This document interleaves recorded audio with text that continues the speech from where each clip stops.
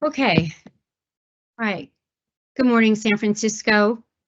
It's a very sad day that we're having this town hall. We are not happy at all with the closure of San Francisco.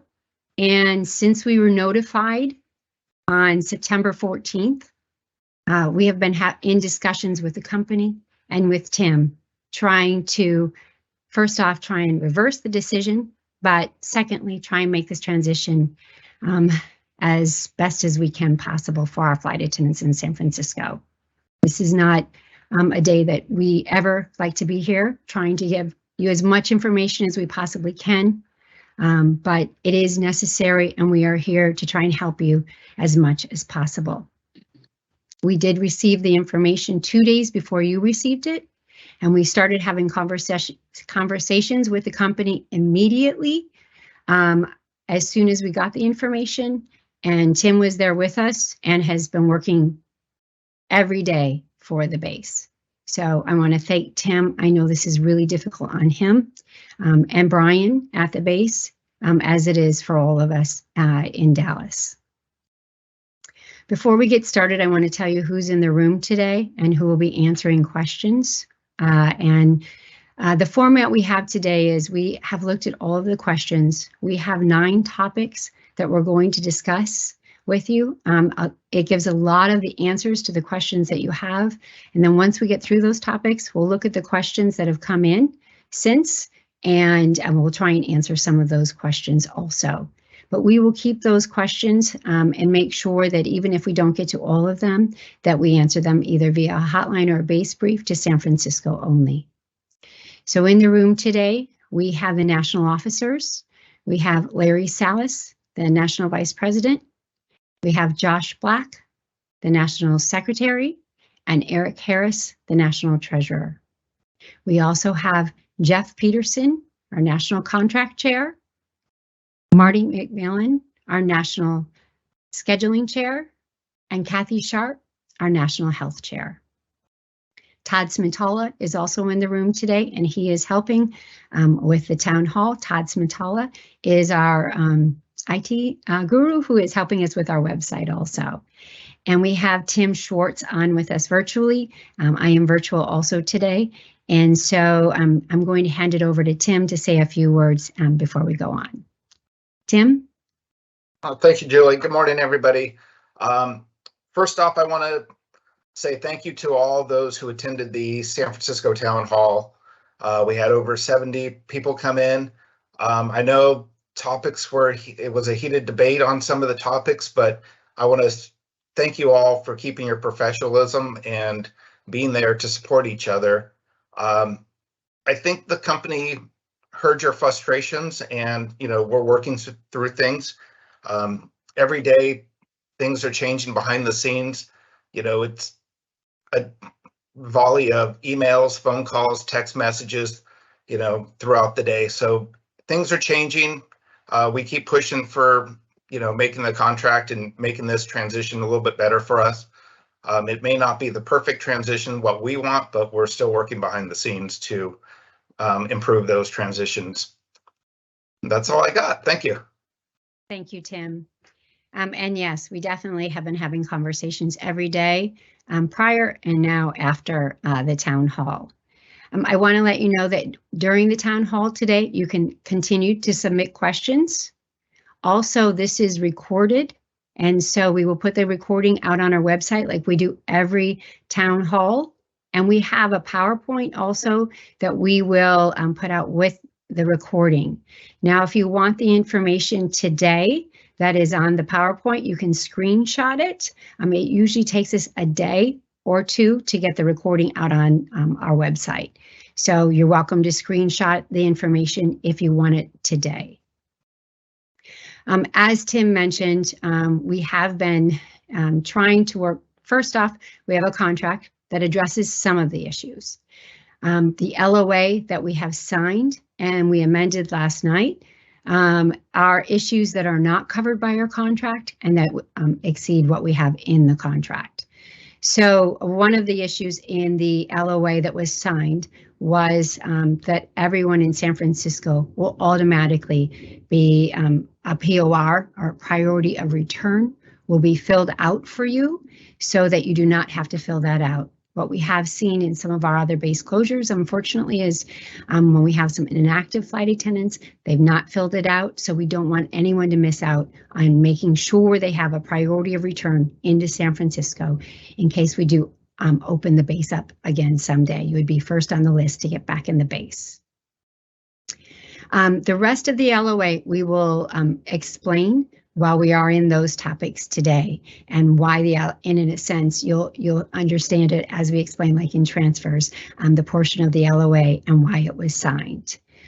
We are going to go directly to our right now to Comply 365. We want to show you where you can find information.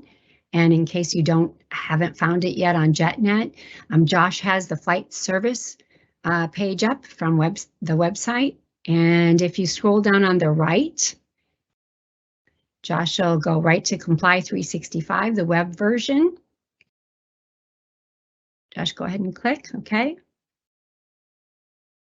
And on the left side, under the employee number, you will find My Publications. And if you click on My Publications and you go down to the bottom, it says San Francisco base closure information. If you click on there, these are all the CCIs that the company has sent out. And then on the bottom is the information packet that is updated. It was just updated October 5th, and that is with the most recent amendment to the LOA. So let's go back up, and on the left side, let's go to My Forms. Let's click on there. And today you can see we have a few forms in here that apply, and we won't need you to put in the priority of request, but this is where you will find your parking reimbursement form. And this is, we'll walk through that with you later today. We just want to show you where you can find all this at the beginning. And then this is also for the San Francisco early transfer request is there. And then the amendment that we made to the LOA last night is for you to be able to eliminate your September bid, transfer bid, if you choose to do so, and we'll explain that there. And that form will also be here. So there are 3 forms here in Comply 365 that will apply to you today. And the settling days, sorry. And the settling days is also here. Thank you. 4 forms. Got to add that. I could hear Jeff going, Okay. All right. So let's get started here. And the first topic that we want to discuss with everyone is the transfers. And Jeff Peterson, our contract chair, will discuss it with you.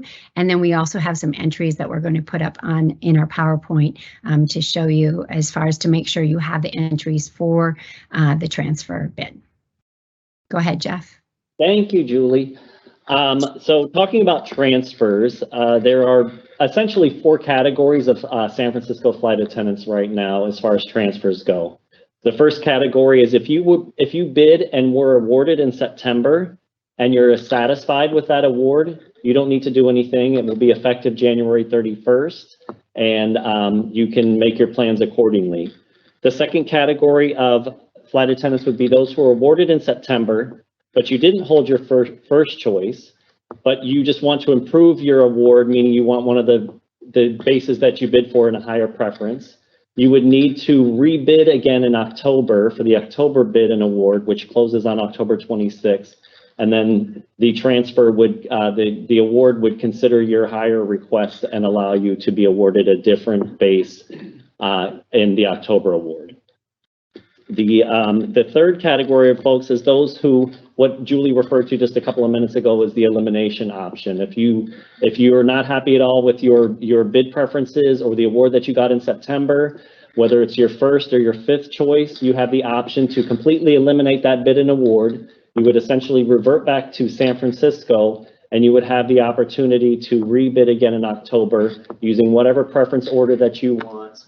And that all of these transfers are, the default is to be effective on January 31st of 2023. However, we have referenced that you can transfer early if you so choose, and that's you would use the comply form on Comply 365 to make that known to the company. The deadline for submitting that form is November 3rd to let them know if you want to transfer. And in this case, the transfer would be effective January 1st of 2023 if you elect to go sooner. And then the fourth category of flight attendants as far as transfers is concerned are those who have not bid at all. You didn't bid in September. You would need to bid in October.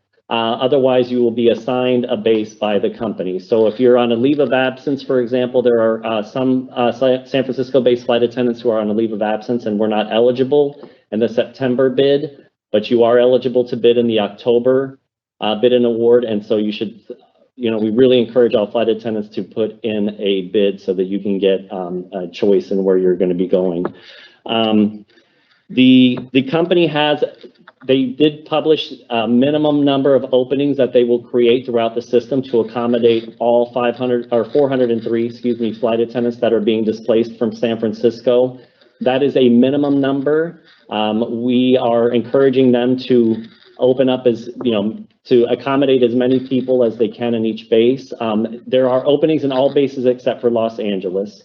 We understand that there are a lot of folks who want to get to Los Angeles because it's the closest base to San Francisco, but there will be openings in all the other bases, Phoenix included, for the October bid and award. Okay, Jeff, so I'm just going to talk a little bit about the contract and really the changes that we've made that are not in the contract, right?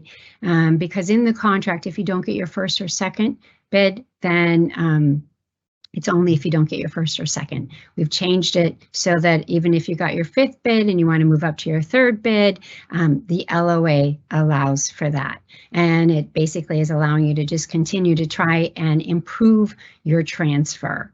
The elimination of the September bid and possible award, right? That came about because there were only 10 days for you to put in a bid in the September award. And that was not enough time. We all know that, right? That was definitely very difficult on San Francisco flight attendants trying to make this very big decision in this short period of time.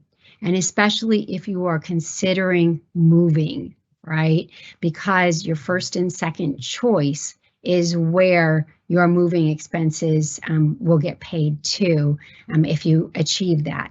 So we were able to yesterday get the company to agree to eliminate if you changed your mind and decided, hey, I want to put LA in first because I really want to get to LA. And let's say I know maybe I'll get to Phoenix or Dallas, and then I'm going to continue to try and get to LA through this next year through mutuals. This gives you the opportunity to do that with this October bid. So you will have to fill out a form and comply. It's not there yet since we just signed I actually just signed the LOA today. But they'll be working on the form, and you'll have until October 20th to fill that form out if you want to eliminate your September bid and award. So I just want to make sure that's really clear to everyone. We understand, the timing of this is terrible, and we really want to make sure that, now with more information, if you don't want the choices you bid in September, that you have that opportunity. So that's, I think Jeff, is there anything else on that October 20th? They have to do that by, right? October 20th is the deadline to fill out the form, letting them know you want to eliminate your September award. Yes. Okay.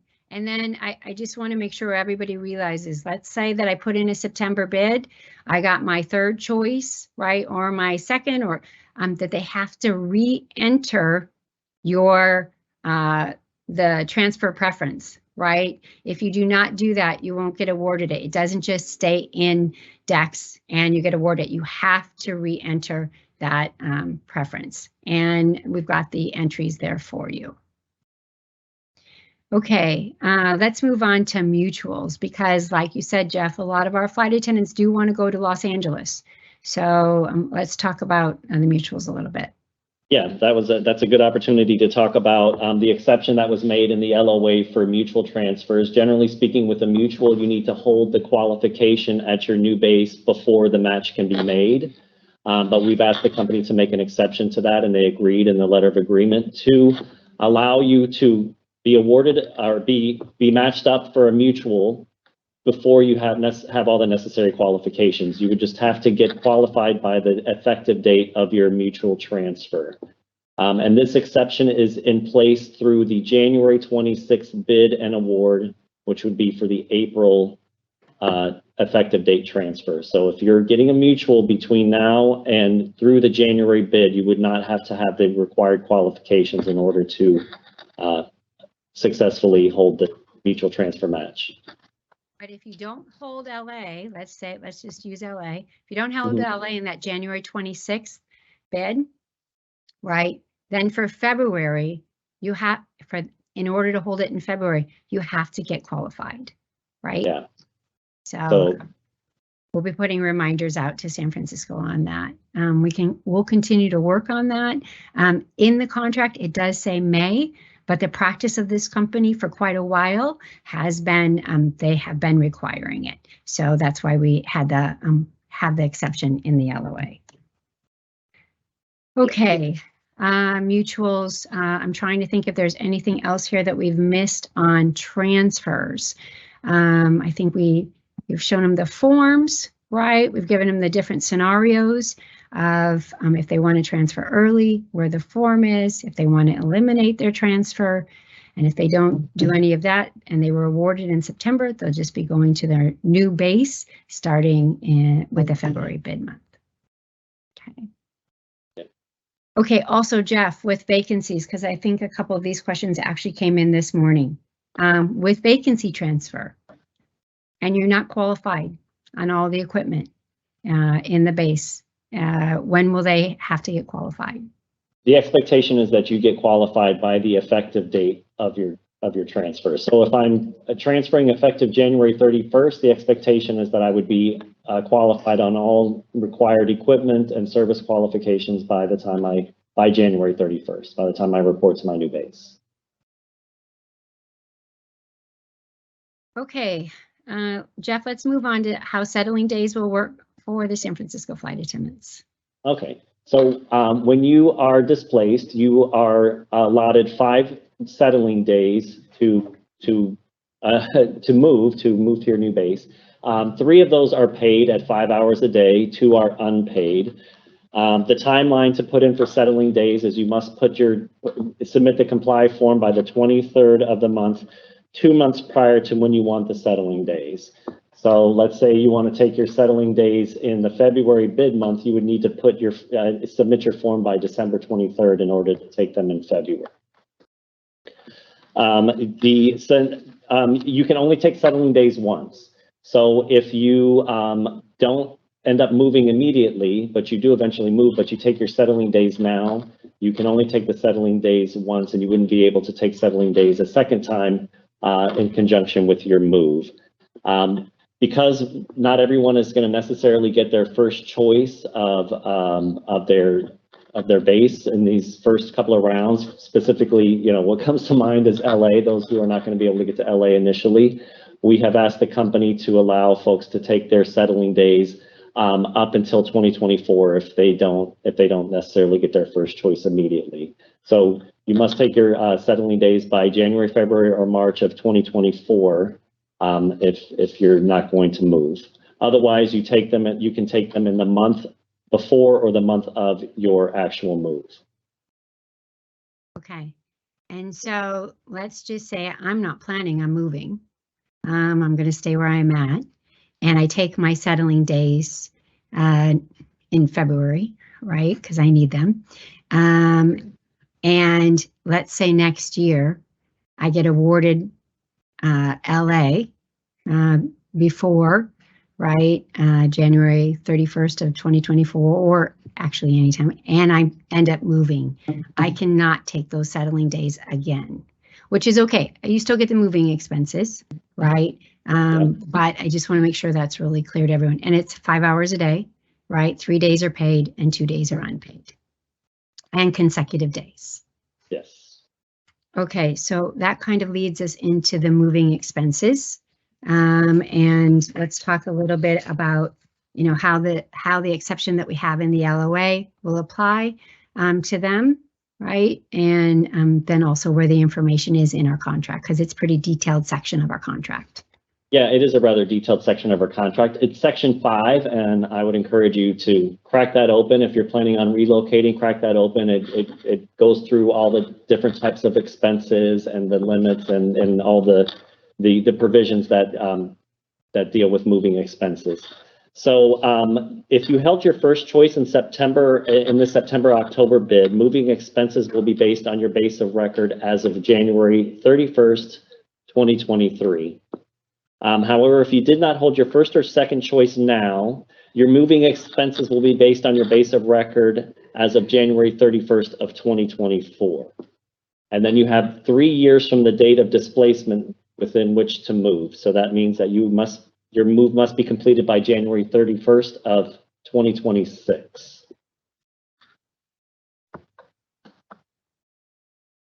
Okay, Jeff, and most likely we will probably get a little bit deeper into moving expenses in another town hall, and probably more hotlines out about that to help everybody with that.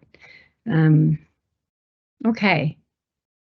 Okay, so next up, let's just talk about parking. As you all know, San Francisco and San Jose do not have commuter parking at this time, which means that with the contract that we currently have, you would be paid the rate of the base at where you will be awarded. So if, let's say, you're going to be awarded Dallas, and that's where you're going to be going, per the contract, you would get $45 a month for parking.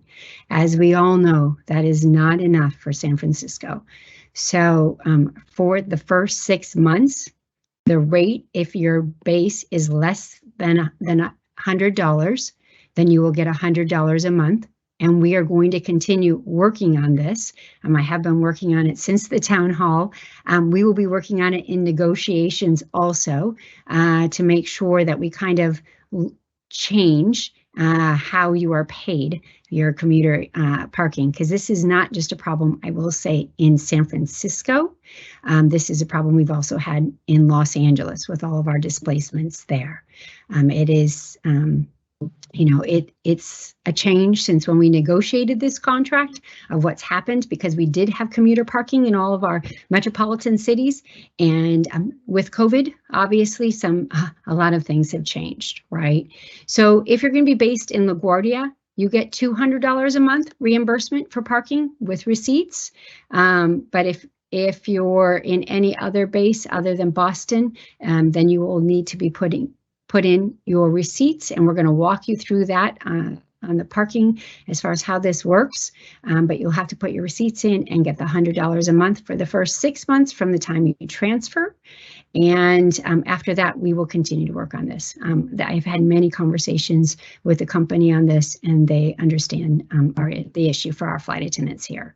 So Marty, do you want to walk them through the forms on comply and show them exactly how this works? Sure.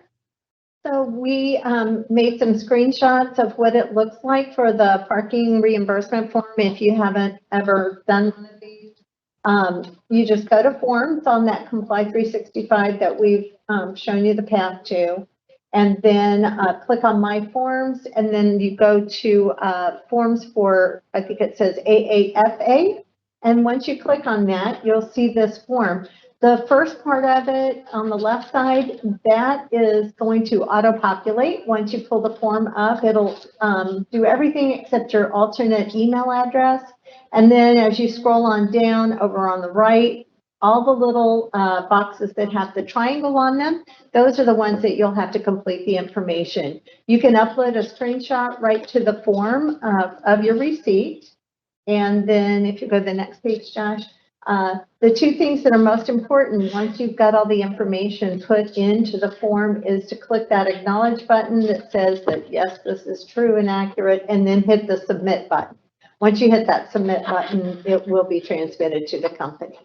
And you will need to do, unfortunately, you have to do one form for every receipt. We did ask this morning if it could be combined, and the company said no, that's not possible on this form. We'll keep pushing for that, though, to see if we can simplify the process. But for now, one form for every receipt. Yes, we need to, that's just ridiculous in this situation. I mean, it's different if you're parking at a lot and you have a monthly bill, right, that you're receiving. But like with this in San Francisco, I know Tim and Brian are still working on this. I know HR is working on trying to find some parking that's reasonable there, that we can get into a commuter parking situation, but we'll continue to work on this issue. Okay, let's move on to our next issue, which is vacation. So quite a few of the questions that came in were from flight attendants who want to rebid their vacation. So Jeff, or I think this is going to be Marty, do you want to walk them through how the vacation rebid works now that the base is closing? Okay, so when you do a vacation rebid, you do it through Crew Portal, and you click the monthly bid tab, just like where you go for PBS, only instead of clicking PBS, you click vacation bidding. Monthly vacation rebids are done from the 1st through the 10th. That's when the bidding window is open. It's from the 1st through the 10th of every month. So for October, we're rebidding for December and going forward vacation. In November, you would be bidding for January and going forward. And then in December, you would be bidding for February and going forward. So when you want to rebid your vacation, you would look at the matrix for the base that you will be in for the month of your rebid. In other words, if I'm in San Francisco in December and I'm rebidding for December, if I'm rebidding for February, whatever base I'm in February is the matrix that I'd be looking at for my vacation rebid. So we looked at the vacation matrix for all the bases this morning, and every base but Charlotte has quite a bit of open time still for vacation matrix in their matrix. So things are looking pretty good if you do want to make an adjustment to your vacation. Thanks, Marty. Okay, and for the, oh, go ahead, Tim. Oh, and if you are going to do a vacation rebid, I would just make sure you guys take a screenshot of your ballot. As much as the company says it shouldn't be a problem, I don't trust them. So just cover yourself with all bases. Agreed, always. Thanks, Tim. Screenshots always help, right? Okay, and as far as the annual vacation bidding, you'll be bidding for the base that you'll be in next year, right? San Francisco will not be on there, so you'll be bidding at your seniority in your new base for your annual vacation bid. Okay, the next topic we have up is satellite, and this was a question day one, right? This was the question we asked the company: is can we make it a satellite? Obviously, due to the fact that Los Angeles is not open for our flight attendants, and we have 200 priority of returns. Doesn't mean that you won't get to Los Angeles, because you can get there through a mutual still, but we will not have the number of flight attendants we will need to be based in Los Angeles to cover San Francisco satellite. If that grows and we see, let's just say in a year from now, let's hope that we have more San Francisco flight attendants based in Los Angeles, then we can look at the possibility of a satellite in that base. We've had quite a few questions about Phoenix. Also, why can't we do it with Phoenix? Phoenix, as you all know, is on a different time zone from San Francisco, 6 months out of the year. And so at this point, they're not willing to do that. We will continue to push, right, for the satellite. We know that would be a big help to everyone, but a lot of this will be dependent upon how many flight attendants from San Francisco are based in Phoenix, right, and how many get to Los Angeles. So this isn't a never will it be a satellite. It's just at this time it is not going to, it's not feasible. But we will continue to monitor how many flight attendants are based in Los Angeles, right? And then with Phoenix, we'll see how many get based there, right? We are obviously pushing for everyone to get to their first choice. And we know Los Angeles is the one base that's going to be very difficult to get. Obviously, no one is going to go there. But as far as the rest of the bases, we are pushing hard to make sure all of you get your first or second choice. If Los Angeles is your first, then your second choice.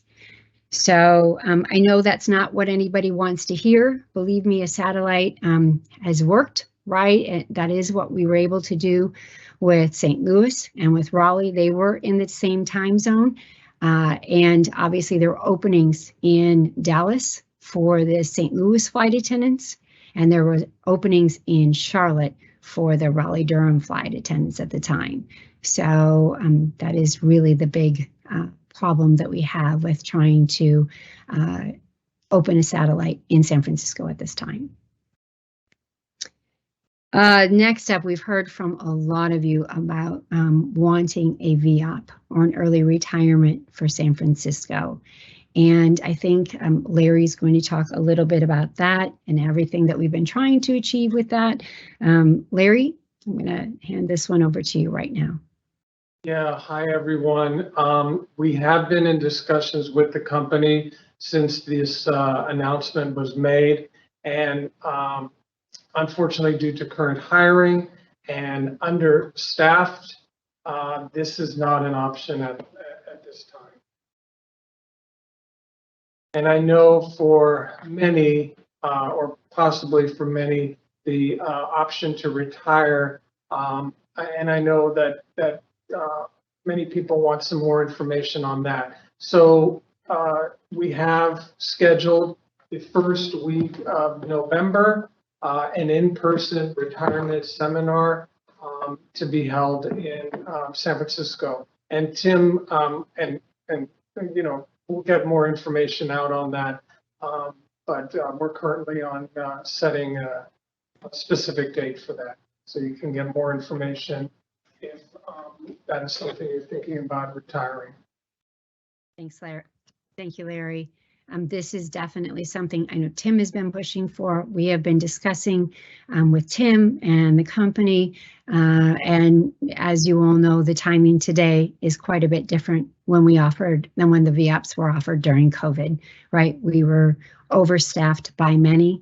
We had many leaves, about 10,000 out on leave, and that helped us to be able to achieve those VEOPs at that time.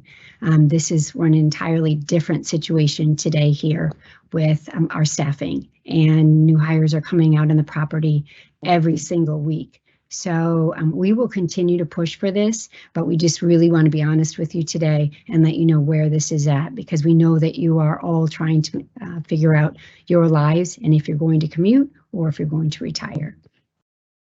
We already do have on our website many of the town halls that the retirement team has put on. And so you can go to the APFA website today and you can view those town halls. Tim just had a town hall a couple weeks ago, and it was very Medicare specific, but there are quite a few on there that if you don't want to wait until the town hall for San Francisco, you can go on and start to view those, and that will help you out a little bit with the information today. I think there's probably, Josh, at least 5 or 6 on our website, correct? At least. I think we've done probably 8 or 9 so far. Okay. All right. Thank you. Okay. This other issue, reserve rotation. As all of you know, when a transfer happens to another base, you automatically, your rotation, no matter what you served, you're eligible for reserve that month, depending upon your seniority. This is something that we are working on with the company. We just had more conversations yesterday about it. We have not been able to get them to agree at this point to keep you on your rotation, but we're not giving up on this. We were able to do this with St. Louis and Raleigh-Durham because those two bases did become satellites, and we couldn't have everyone on the same rotation in the satellites. So with those 2 bases, we were able to achieve it. We are going to continue to try and work on this and try and get you to be able to keep your rotation that you had in San Francisco, because we do realize the hardship of going, especially to a new base and being on reserve very quickly after you've been based there, especially commuting when this isn't what you wanted. So unfortunately, I can't tell you that the company has agreed at this point, but this is something that we are going to continue to work on and try and achieve for San Francisco so that your rotation will carry with you to your new base. It is a little complicated. I won't get into the complexities. That's really, the company should be explaining that to you, not me. But I will say the complication of it has to do with if you go from, let's say, your first base that you're awarded is Dallas, and then you go to Chicago, let's say a month later or 2 months later, then the automation is not set up at this time to be able to redo it. It's just always based on that first month you start in the new base. So I'm not saying I think there's a manual way that this can be done. I know it would be a bit of work for the company, but this is really a hardship for all of you, and we recognize that. So we'll continue to push on it, but as of today, we have not been able to achieve that yet. Okay, and for our topics, the last topic we have is we just want to make sure everyone is aware that as a commuter, starting in February, probably for most of you, there are a few things that you need to be aware of that are in our contract, our commuter policy, and I'm going to have Jeff walk you through those. Jeff? Well, first of all, the first step you're going to need to take is registering as a commuter with the company. And the way you let the company know that you're going to be a commuter is by there are specific entries in FOSS in your personal mode in DECS that you would use to designate your commuter city, and then there's a specific code to delete your commuter city, and that's on the screen here. So we encourage you to take a screenshot of that. Like Julie said, we are going to be sending out this PowerPoint, so you will have this entry. So that's step one, is letting the company know you will be a commuter. As far as the commuter policy, it's in section 37I of the contract. And the nuts and bolts is you get 3 unables to commute per year. And so the idea is that you're listed for 2 flights that get you to your domicile or your base within an hour prior to your sign-in or check-in, or an hour before the start of your wrap. The things that the types of delays or cancellations that would qualify under the commuter policy are your first flight is canceled, there's an equipment downgrade or a delay, and then your second flight experiences a cancellation, a 30 or more minute delay, or it's a full flight. And those are the scenarios in which you would be given a pass on your absence. It would become a non-chargeable commuter related absence. So that's commuters in a nutshell. Okay. All right. And once again, that is in the contract. This is definitely something we've already discussed in negotiations, and we are improving, and we are trying to improve our first flight language, that it isn't just a cancellation or a downgrade or a delay. This is something that you haven't been commuting, but for everyone who is out there commuting, it's gotten so difficult during COVID because of the changes that our revenue passengers can make with their tickets, that tonight it might look okay for tomorrow, and then all of a sudden all these revenue passengers are on revenue standby in front of us. So this is something we are working on. We've made some movement. You can see the movement that we've made on our negotiations page on the website. And that is on the first flight. Where we're at as far as the change, we still are disagreeing about if the flight looks okay the night before, and where the disagreement is actually how open the flight is.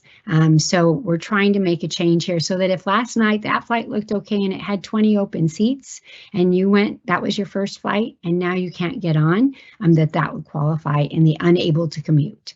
Also, we are trying to add in other airlines as we reviewed a lot of the other contracts for other carriers, Delta, Southwest, not United, but Delta and Southwest, and some of the other smaller carriers. They did include other airlines in their commuter policy, and we are definitely trying to achieve that. The company now adding 400 more commuters into our system is definitely helps us in this respect. It should help us, right? Because they are the ones who are causing this issue. So please stay tuned on that, but we're going to continue to try and work on our commuter policy. We obviously have 200 out of Los Angeles. Throughout the last couple of years, we've had many displacements overall. At this point, thank goodness we've been able to get a lot of them back to their bases, but it is still a policy that we need to improve and align with the other airlines that are out there. So we just want to make sure you're aware of that today because it's important for all of you to know that you have an unable to commute in your contract. Okay, I'm going to look at some of the questions. I believe that's all of the topics we wanted to cover. As I've been going through the questions while we've been talking today, I think we looked at the first group of them, and that's kind of what we tried to cover today through this information. I know that one of the questions that we have here has been, have we been meeting with the company since that town hall? We absolutely have been. There have been many conversations that I've had. I know Tim has been having them, and also Jeff. So we've definitely been trying and working on improving even more improvements for San Francisco. The retirement seminar, someone's asking about, yes, there'll be a retirement seminar early November, but you've got the option right now of going and looking at all the videos that are already there. As far as, and I believe this is a flight attendant asking if one doesn't get their choices on the October 26, 2022 transfer run, what will be the next plan for the forced voluntary transfers? So everyone will get an award, right, in this October transfer bid. And I believe probably the question is, what if you don't get your first or your second choice? So you will have the opportunity to continue to try and improve on that choice. That is the exception that we have made to the contract. So there will be no one who doesn't have a due base after the October award. This is a question. Larry, I'm not sure if you're still there. Yes, it looks like you are. Thank you. What legal action can the union take against the company for violating our contract, and pressure can we bring to bear on the company for further prevent any more base closings? So there's no contractual violation here for closing a base. We do have contractual language that covers base closures. So there's no contractual violation. As far as the status of other base closures, of course, you know, we never know about any other base closures. That's really determined by the company. But of course, you know, we have language, current language that covers these base closures. And, you know, definitely if, you know, this has happened in the past and is happening now, we'll do everything possible to assist those affected flight attendants. Larry. Okay, settling days we pretty much covered. I'm going to go down to the bottom because I know the bottom of the questions came in. Josh, I'm not seeing, so sorry. The last question I'm looking at is, if we have Kaiser patients with established patient-doctor relations after 30 years, will we be able to keep our doctors in Kaiser?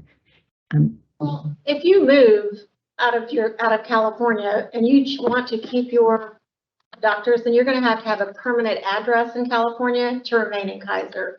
Your coverage, when you move out of base, if you move to Boston or New York, it could be United Healthcare. So if you want to keep your doctors, you will have to have a permanent address in California. Okay, thanks, Kathy. So she'll be able, as long as she has an address in California, she'll be fine. Yeah. Okay. Okay, hang on 1 second. They just all came in to mine. Okay, commuting is very difficult today, so the policy should include the other airlines. Yes, we are definitely working on this. I think I talked about that.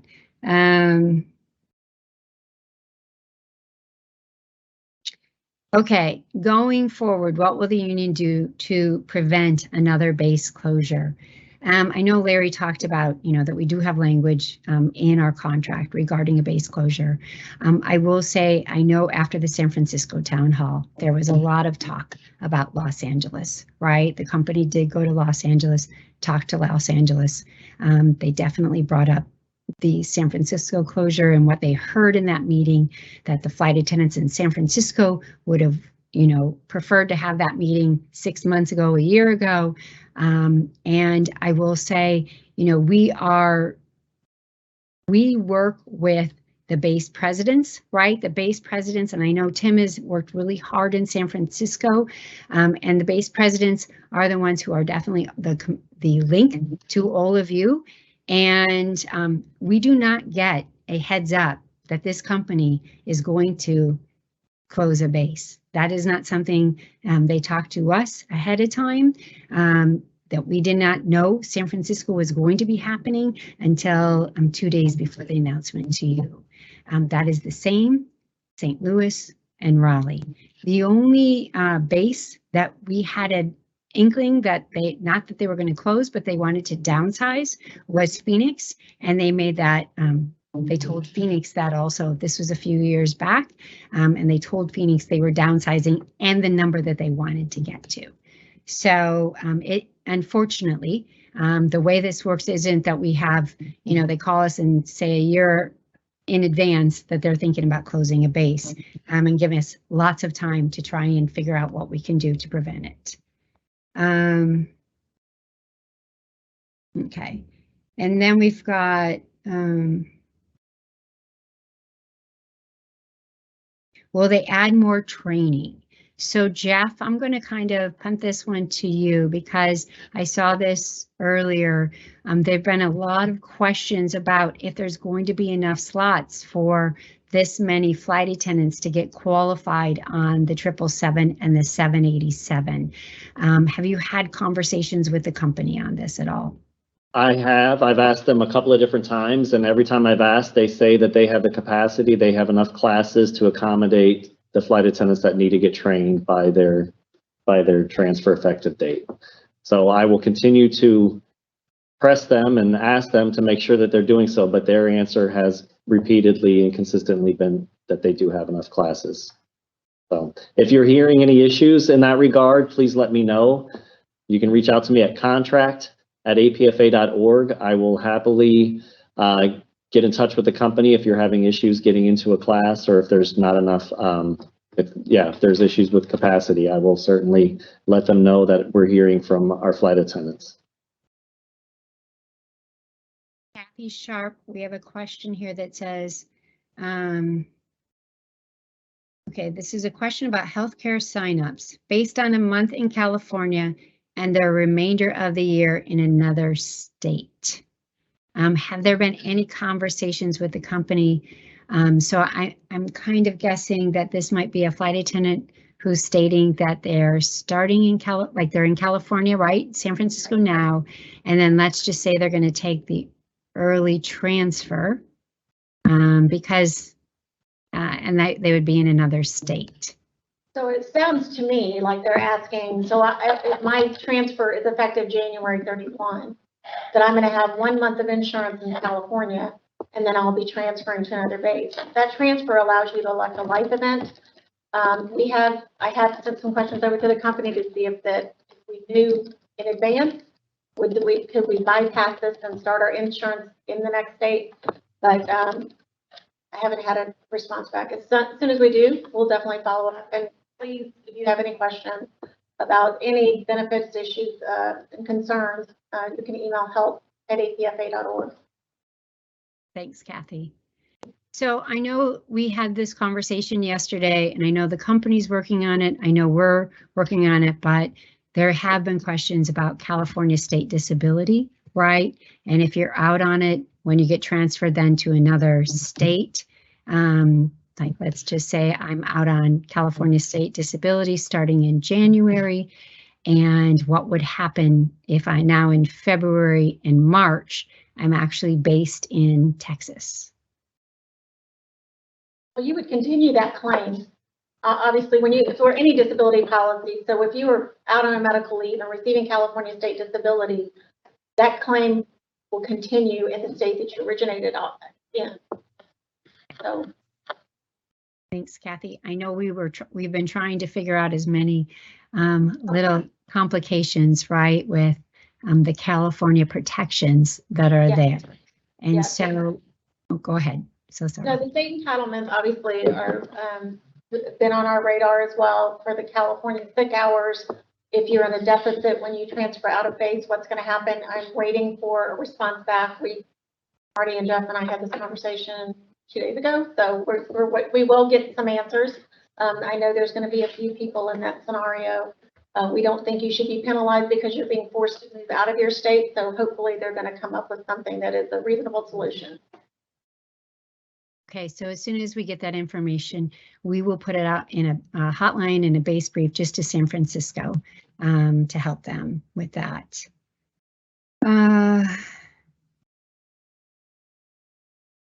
Trying to see if there's other things that we have not covered here.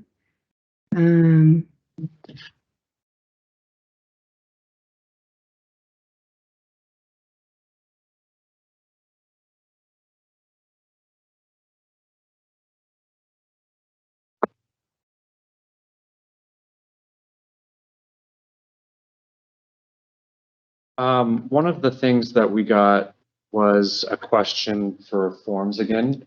So I'm going to share the screen again so we can all look at the comply one more time. Yeah. And then we also received, while I'm pulling that up, we received another question about the LAX flight service town hall. I dropped the link to that video in the public chat, so anyone who wants to watch that town hall, the link is there for you. Thank you, Josh. Okay, so we're going to go back to flight service. Yes, I'm going to share. There we go. Okay, so once you are on the flight service webpage, you'll click under helpful links, Fly 365 web version. And then on the left-hand side, there's the publications again. And then if you scroll down, there's the San Francisco base closure information. These documents give you some more information. And then under my forms, I know the specific question that came through was about reimbursement, the parking reimbursement. There are 2 pages. So if you don't see the parking reimbursement on the first page, just make sure that you click over to the next one. On page 2, and then it's the reimbursement form. And then you'll click this button to open the form to fill it out. And then, like they said earlier, it'll auto-populate with your personal information, and then you can fill out the rest of the information.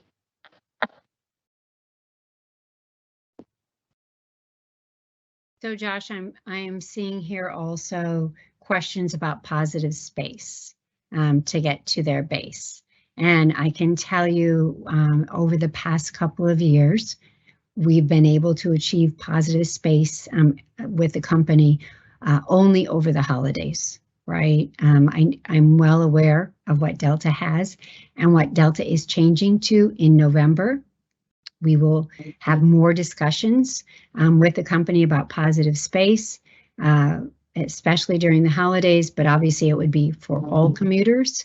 We cannot just do positive space for one base only, but it would be for all commuters. So we'll have those conversations depending upon where we're at this holiday season. Most likely the way things are going, we'll be in the same place we've been the last year, and we will need that positive space. So those are conversations we have a little closer to the holidays, but the company is definitely not willing at this point. And I can tell you, because I've had more conversations that I can count throughout the past couple of years about positive space and how difficult it is for our flight attendants to get to work, but they're not willing to give us positive space. Delta's plan, their current plan, does end November 1st on their positive space. So, and they're the only carrier that I'm aware of that had positive space that long, and they are going to a different plan starting November 1st. Okay, there was a question here as far as relocation, and what regarding moving expenses and relocation, I think probably, Jeff, the best thing we can do is start to dive into that next and to get a hotline out. What we'll do with all the questions that we have here today is we will go through these, make sure that if there's some questions that we didn't answer specifically, I know I've got names next to quite a few of them, and we will compile a hotline for of those questions that we weren't able to answer, or we didn't answer enough.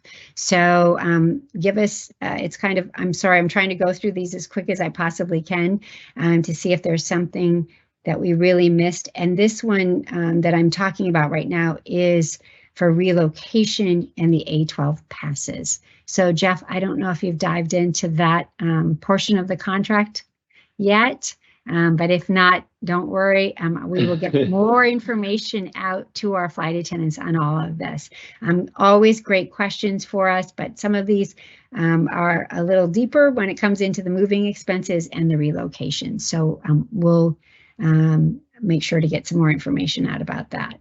Yeah, the A12 passes refer to company policy, so I'll make sure we get the details on the company policy as far as A12s for house hunting.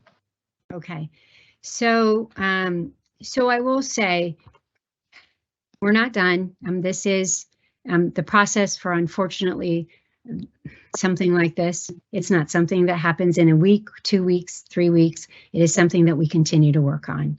We did with St. Louis and Raleigh, and also our Phoenix displacements. I will say we pushed really hard on all of those closures and displacements for people to get to their first, or in this case, second choice.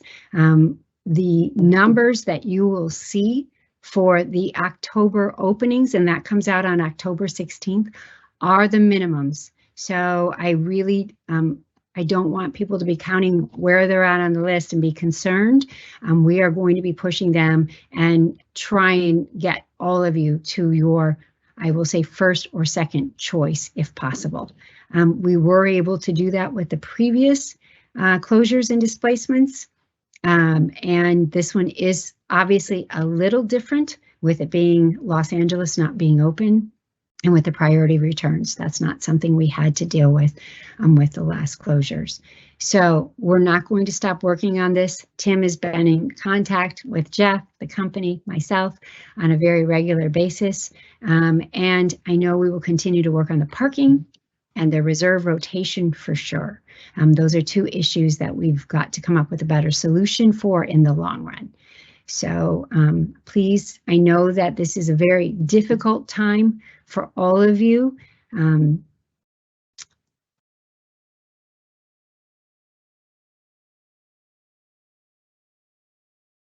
Sorry. And I know this is how Larry feels also. This is not what we would want to see while we are here or ever. We have a lot of friends in San Francisco, and we know I still live in the Bay Area. We know you don't want to move. We know these are your homes. So I'm sorry. I'm sorry to get choked up. I know that this is so hard. And I know, you know, this is this base has been here for a very long time, and it's been through a hell of a lot. Everybody has been, but this base, it's been a very difficult time throughout all these years with the downsizing. We were there during that time frame, and now this. So I want to tell you, we're going to continue to work on this, and we are very sorry this is happening to all of you, and we will do our best to try and make this transition as best as we possibly can for you. So that's it for today. We are all here for you, and I know Tim, thank you for all that you are doing for the base at this time. I know Brian Chavez is a very good base manager and is also working with Tim on a regular basis to try and solve the problems that come up every day. So I'm sorry we don't have better news for you today. I'm sorry that we couldn't get this decision reversed, but we will continue to make this transition as best possible for you as we can. Thank you all, and fly safely, and please take care of yourselves. Thank you. Thank you. Bye, everyone. Thank you.